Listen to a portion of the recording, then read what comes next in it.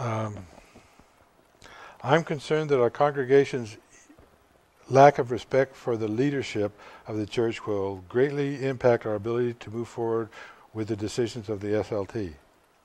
What do you think about that?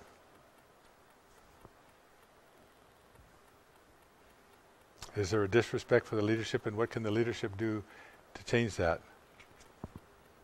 I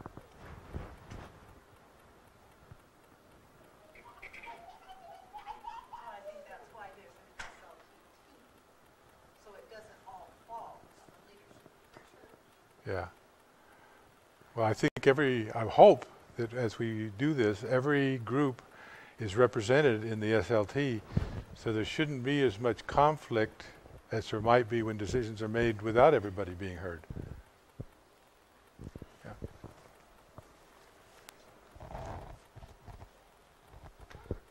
Granted, I'm going to be a bad Christian and not be able to quote all the verses and paraphrase some verses, but it seems in a church there's an obligation of the leadership of the church to seek God, follow God, and lead the church. And there's an obligation to the people in the church to seek God, follow God, and come under that leadership. And so if there's a disrespect in the leadership that continues to go on, and if there is, that's a sad day. This seems to be a disconnect on the responsibility of the congregation and what they are expected to do as a part of this body. Okay. I guess I first should test. Do you think there is a great disrespect for a great lack of respect for the leaders of the church? I'm listening. Well, there's more than Bill as the leader. I don't think there's a disrespect. I think there's a self-centered group of people who may express themselves more than they should and think their opinion of what this church should do matters more than where God is leading us.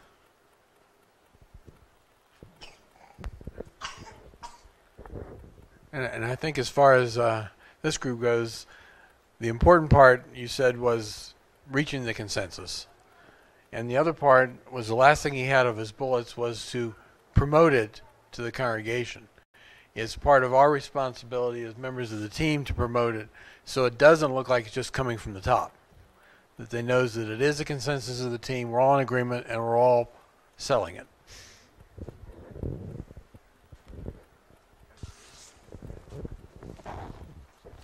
I think that's been a kind of concern. I can remember back in the days of Pastor DeLizer, he was concerned about people lacking following authority.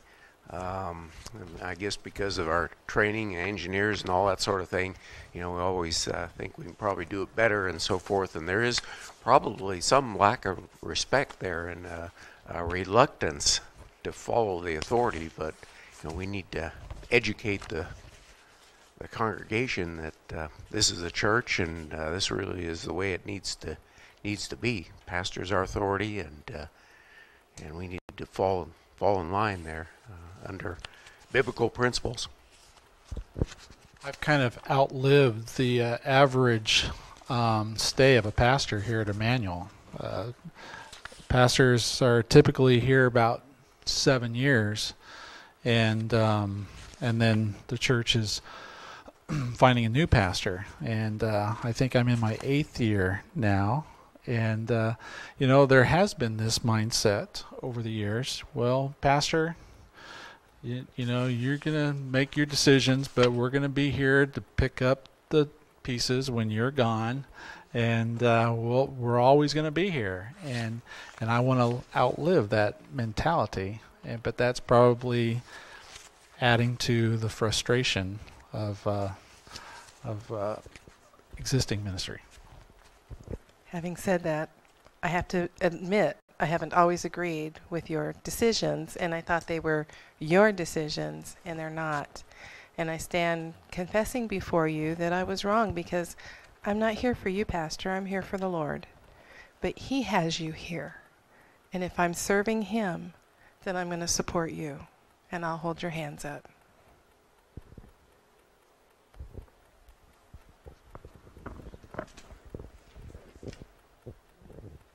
I think sometimes when there's a need in the church, the pastor is the lightning rod. And we haven't had a vision in quite a while.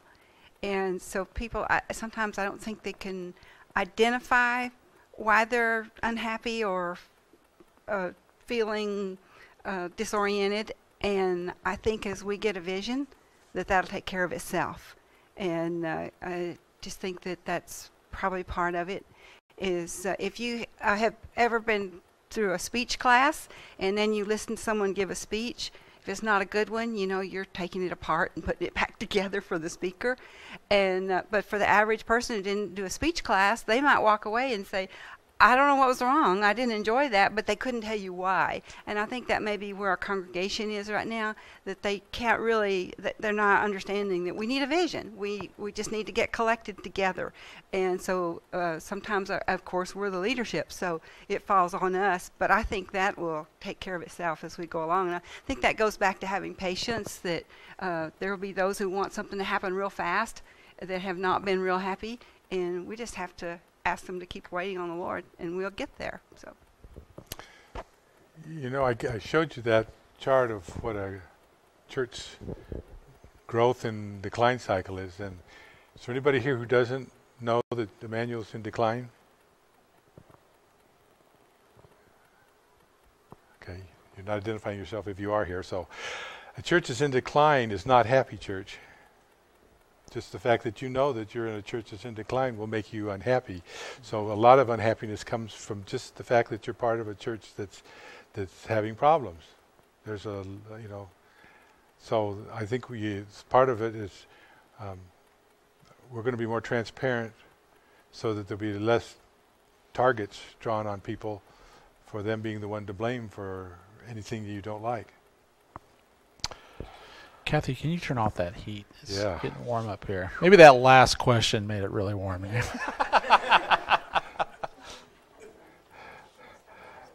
Okay. The next card says, I'm concerned that when we have something successful, i.e. video venue, we do not keep it a priority and let it fall off and die.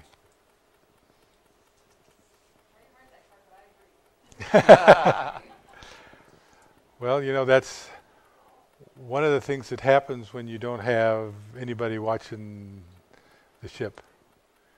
And as Bill said, there's going to be a accountability team to make sure that things are implemented and stay implemented. So that'll be part of the solution. Okay.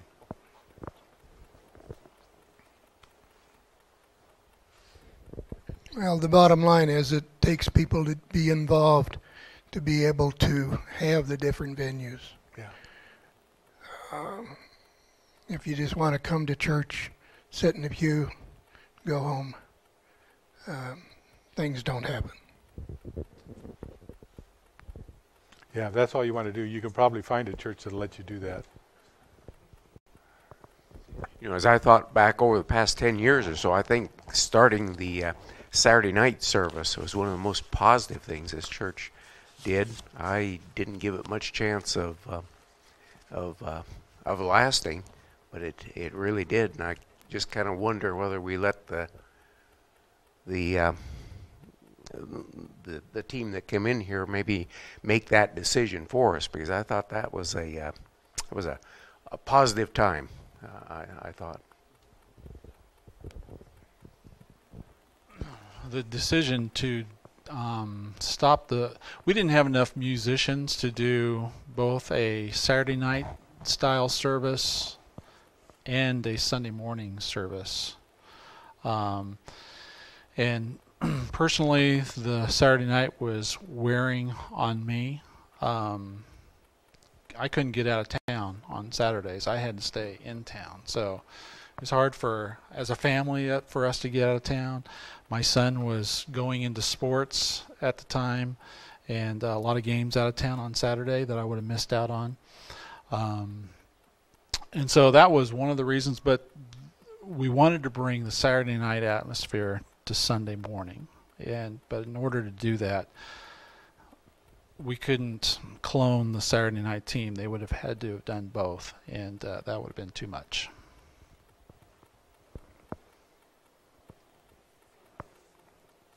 a video venue. We just don't have the leadership that is committed to doing that each week right now. It's a shame Yeah. because we have the facilities. Mm-hmm. Yeah. Well, there's been Well, a couple of Sundays when there Yeah. was pretty tight. Every and- time we pack it out in there, we're down the next week. And so, that we need to have a consistency in here.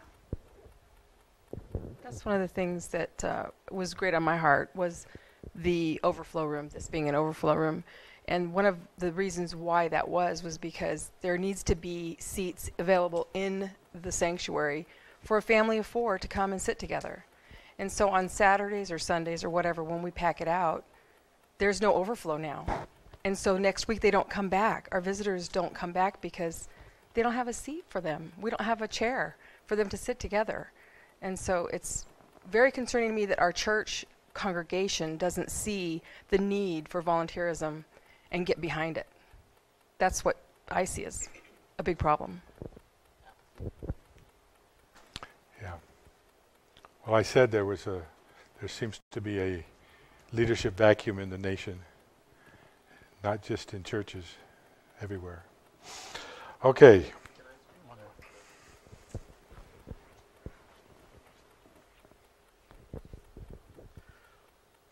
As far as the lack of volunteers, there's a serious lack of volunteers, and part of it's in the decline. I disagree a little bit with the bell curve.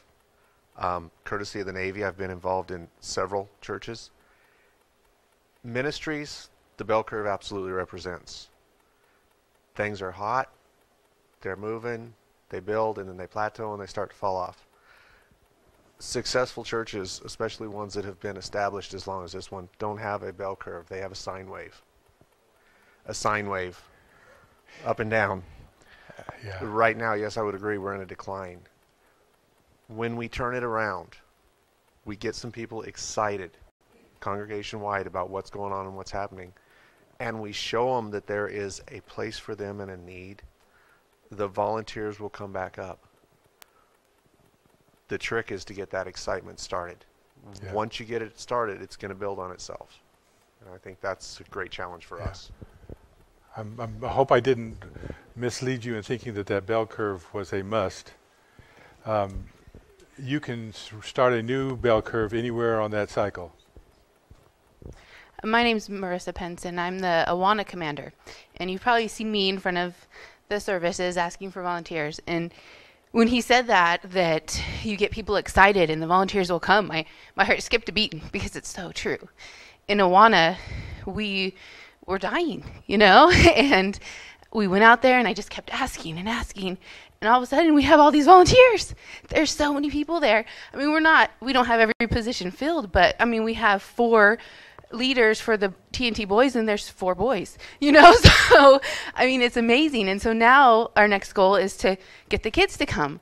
But I gave it up to God and I said it's his ministry and he provided. He touched people's hearts to say that's where they wanted to go, and the volunteers came. I was surprised and amazed. All right, I'm doing announcements tomorrow, and one of the things Pastor Payton has always said: tell the need, tell the people, and trust God. I haven't said anything about the video venue. Okay, so I will start saying, hey folks, we need a song leader for the video venue so that we can create this overflow again and see who God brings to the service. Yeah. Yeah, it's when, that's one of the things that I think a strategic leadership team will do for us. As we see where God wants us to go, we've built our faith so that we're willing to go out and ask people to do things that we might not have had the courage to do if we didn't know where we were going. Okay, this card is right along those lines. I'm concerned that team members will falter in faith. They will look at themselves and lose courage to set a course that is a walk of faith and obedience. My prayer is that we will dream with God's will and He's willing to walk on water to accomplish it, and be willing to walk on water to accomplish it. One of the things I can say to that is that I'm doing this right now because I have the total faith that God will take us that next step. If I didn't think that, I wouldn't have bothered to do this, because it's a lot of hassle to put stuff together and facilitate people. But you know, it's really true. That's one of the hardest things, is that keeping the courage high to do something that you're afraid that you're not capable of doing. Moses said, "I can't do that. I can't speak." You know, we can go through all the different ones who wanted somebody else to do it instead of them. Jonah didn't want to do it so bad, he went and got himself swallowed by a whale. So hopefully none of you will get swallowed by whales. I'm hoping that we will learn how to dream, and that we can all build our faith so that we can walk courageously together. It's something about going together as a team that keeps your faith up, that when you have to go it alone, it's a lot harder to keep the faith to do something.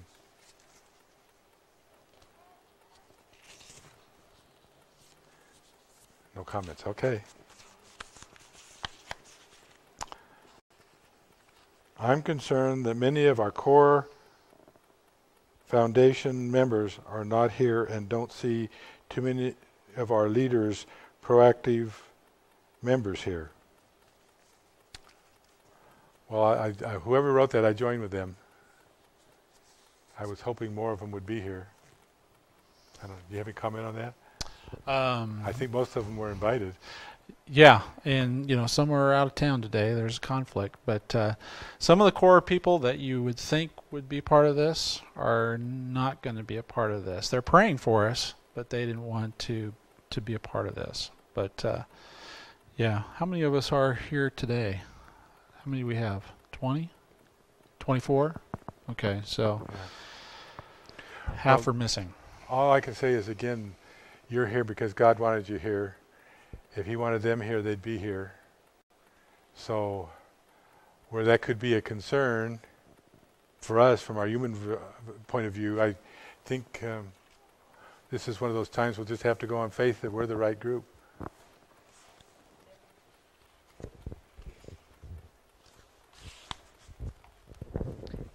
As I talked to a couple people that I said, are you going to be at the SLT meeting?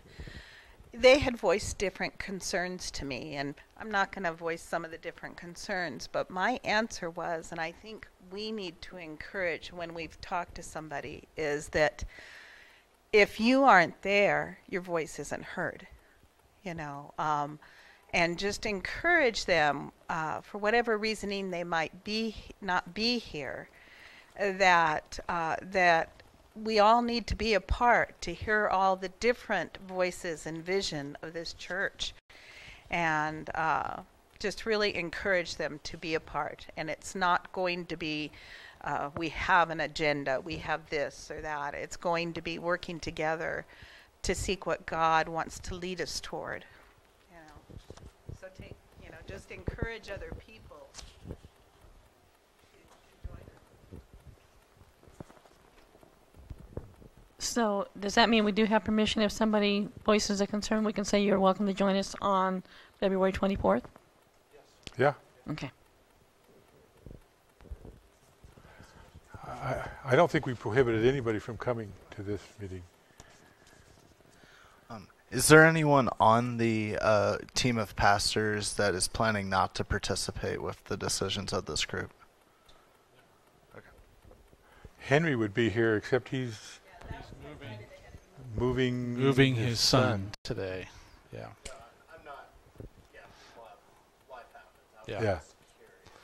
And Scott and Rotna will be part of these meetings as well, because our values are going to be their values as well. Okay, everybody put on your seatbelt. No, I'm just kidding. Hopefully this doesn't step on anybody's toes.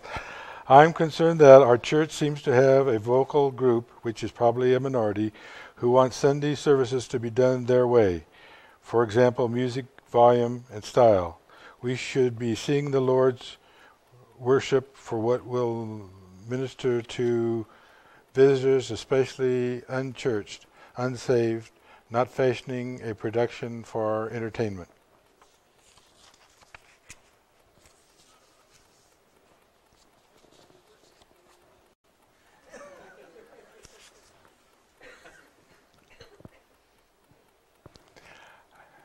Response? Any reaction? It's just a cultural thing, and I think that it's just an example of the struggle we have. I think when you have people present, you have a problem. I can remember one time I was running sound for the church, and I found this very humorous. Almost one right after another, one person came up to me and told me that the sound was too loud, followed by somebody who said they couldn't hear anything. And, not much you can do about it. I'm really excited that comment was made. Music ministry is what we're trying to redo. We're trying to revamp that. Video Venue has a music ministry that has a need. And I'm hoping that whoever made that comment is willing to be transparent and share why they think it's entertainment, because those of us that are engaged in music ministry consider it just that, music ministry, and it's worship for the Lord, and that's what we want it to be. And if it's appearing to be anything other than that, then we really seriously need to consider what has to change, and we're all willing to do that. We're doing it in a traditional sense. I'm a traditional person. This is the way I grew up in this church for 24 years. And I don't know any other way. Jeff's introduced new ways for us, and I actually enjoyed that music when I sat in the 11 o'clock service with my family, and they enjoyed it. And they even said, Pastor, that you are spirit-filled. Now, that's coming from a true Texas Southern Baptist, so careful. But I really am interested in what we can do to ensure that we don't look like we're putting on a performance, but that we are really leading people in worship. To include the sound guy. To include the sound guy? Point being, if you see me doing something stupid, let me know. Now I know who to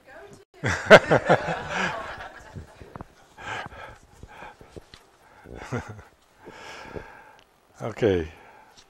Next one says, I am concerned that we will go through the work to plan only to have the congregation as a whole vote against the changes proposed. But I'm completely on board with the team. Okay, let me just comment. I would expect that to be true if it was one person doing the planning. But we have a cross-section of the church doing the planning, and hopefully you guys talk to other people. And that's what we were talking about, being proactive to tell the congregation what's going on. We're going, like I said, we're going to try and be transparent, so nothing is going to come as a surprise to anybody. And so what I'd say is that, yeah, it's possible that the congregation would have better sense than us sometime, but I think most of the time, of the 30-some years that I've been in Immanuel, the majority of the people go along with whatever is proposed. Is that not true, Bill? That's true. So, I didn't say that. But that's where faith comes in. Okay, it's easy for us to have that crisis of faith, and believe that what we're going to do will be for naught.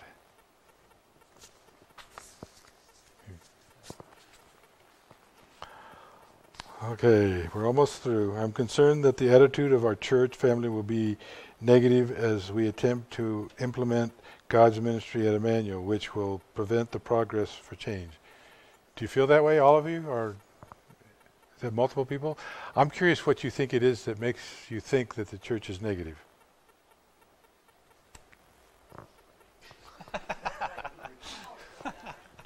We should just ask Carlin. Sorry. Well, I think whenever I say something like that, it's that what you were just saying a minute ago about how the church does seem to follow what we ask to be voted in.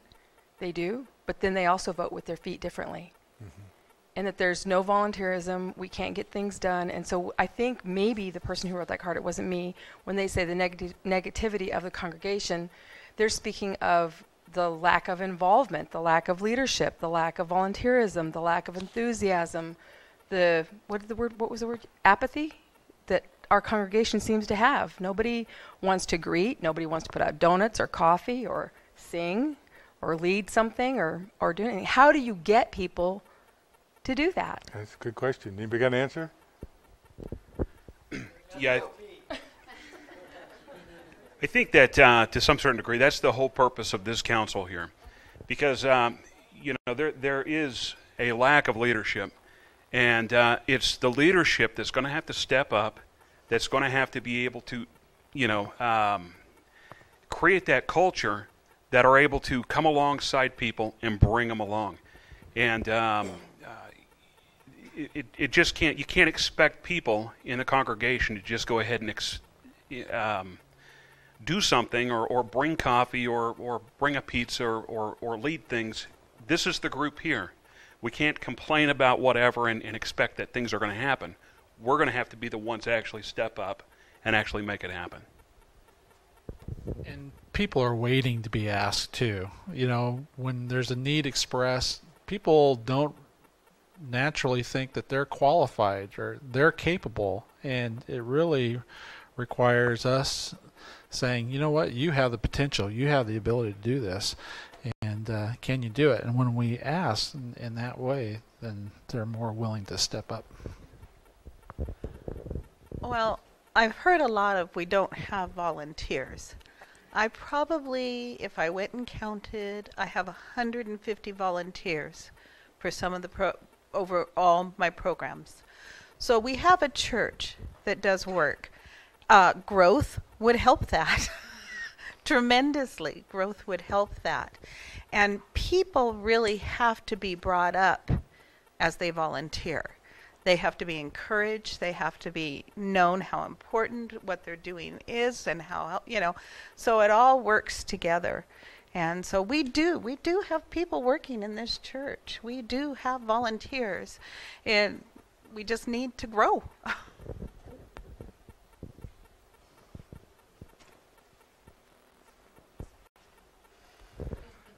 And kind of along those lines, I'd also put the need for a song leader for the video venue and my need for free caffeine or free caffeine in the morning because I'm supposed to donate if I'm a good Christian, in different categories as well, because there are a lot of Awana's needs and a lot of needs that are also getting filled.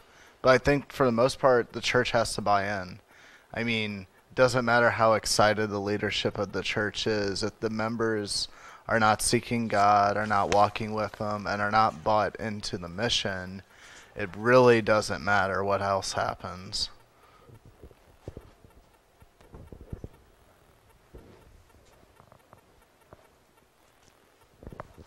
Okay, last one.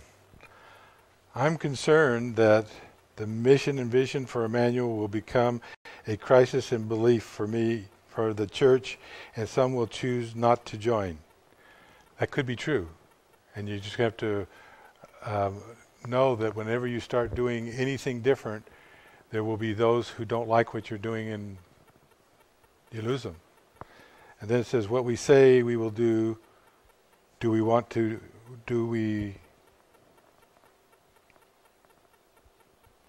what we say we will do, we won't do. Their concern is that what we say we will do, we won't do. And so, best I can tell you on that is that we will have someone who's watching us.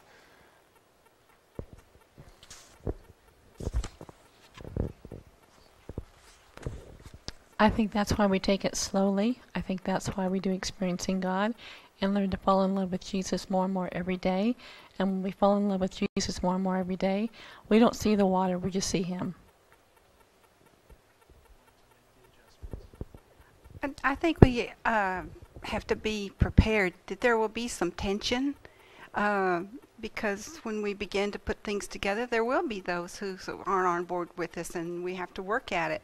And I just want to kind of share maybe a God moment that happened this last weekend. We did I say we, in the Loss and Life Transition grief group that has been meeting for the last 4 years. We sponsored a conference this weekend for the community, and there were those who said, well, it's not about Scripture, it's not a Christian thing. And what we tried to do was to give people an understanding of what people around them who have lost a loved one are going through and how you could meet their needs. And at the very end of that conference, my part was to be kind of around the information desk, so when people wanted to talk or needed resources or something, I could help them not just come and then leave. And a couple of ladies came to me in the conversation. They mentioned that they learned, the one lady said, my mother-in-law is dying of cancer, and I realized that I have been very impatient with all of the in-laws in how they are treating her. She realized that they weren't saved. They didn't know how to treat this person who's dying. They did everything they could. They're doing everything they can to keep her alive, but they don't want to go in the room with her because they're all afraid of death. And a long story short, the lady's left with a plan that because the daughter-in-law said, I'm the only one who will stay with her, and I'm the one who pats her and talks with her. So they left with the idea that they were going to go witness to this lady. They were going to take a book, read to her about heaven, and hope that opened a door of comfort where they could literally win her to Christ before she died. And that was such a joy to do that. But we had a lot of pressure from people around us, Christians, who didn't think that was a good thing for us to be doing because it wasn't Christian enough. So sometimes, even when you're in God's will, you don't know till it's over and God shows you the fruit that comes. So some part of ministry is that you have to take a stand and really know that this is what God called you to do, and then just take the wins that go along with it, and it's worth it to see that. But that's the vision in my mind, with those two ladies leaving with resolute that they were going out, and so someone who's dying because of this conference, they're going to hear the gospel. So. Well, one thing that just came to me was when we were talking, about the tension and just kind of having like this fear of what if this happens and what about the conflict, and the way that I make myself feel better about that is like if you think about the tension in a bow and arrow, if there wasn't that tension, then the arrow wouldn't be able to go very far. And so, tension actually is a good thing. There's a lot of tension in the Bible, just from the things that God says. And so I think just trusting in the goodness of God and in the goodness of people, and just knowing that if he's brought us all together for this purpose, that he has a plan, and he'll see us through, and that arrow will be shot further, with the tension that holds the bow. So I just thought.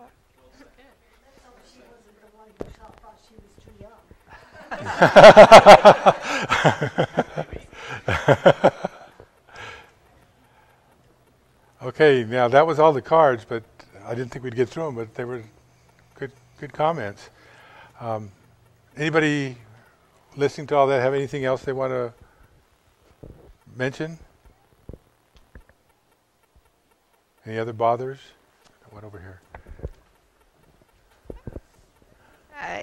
It's probably not good. I guess one concern that I thought of was if the majority of the people in Ridgecrest are the teenagers, would it be ideal to have teenagers in this group, like representing the youth? We thought about it and decided that it was probably, even though they are a large group, that they're still, when they're under 18, they're still under their parents' care, and so that the parents would reflect that for them.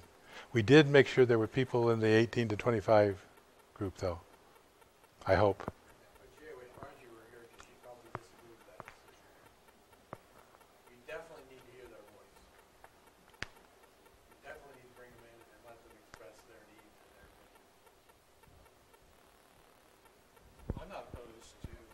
I'm not either.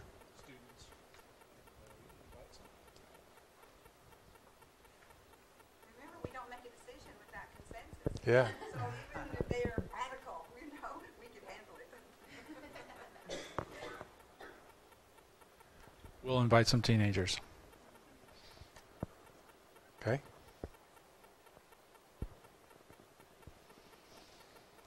Nobody else have anything? Okay, well, we invited 40, and if we'd had 40, it probably would have gone another hour, but it didn't. So we did good. We were going to get through earlier than we anticipated. The only thing we have left to do is to tell you about the calendar, which I sort of told you about, but if you picked up one of those sheets with an agenda on it, did everybody get one? At the bottom of that tells you when the meetings are going to be, and the Friday meetings, like I said, are from 6 to 9, and the Saturday meetings will be from 8 to 12. They won't be food. So we aren't going to do meals, because if we do a meal, it takes an extra half an hour after you have a meal to get everybody grounded up to do work. So, you know, yeah. Yeah, well, that's why we're not meeting on Sunday. So you can have fried chicken. The other thing we'd like you to do, you know, if you read your letter carefully, it said don't commit to what you're going to do until after you come to this meeting. There's somewhere, okay, Kathy has communication cards. And if you're willing to be part of the SLT, would you please take a communication card, put your name on it, and say, I'm willing to be on the SLT. Now, you can turn it in today. If you want to pray about it, you can turn it in the offering any time between now and the first time. Or I guess you could just show up at the first meeting without telling us, but that would help us if you would let us know that you want to be there.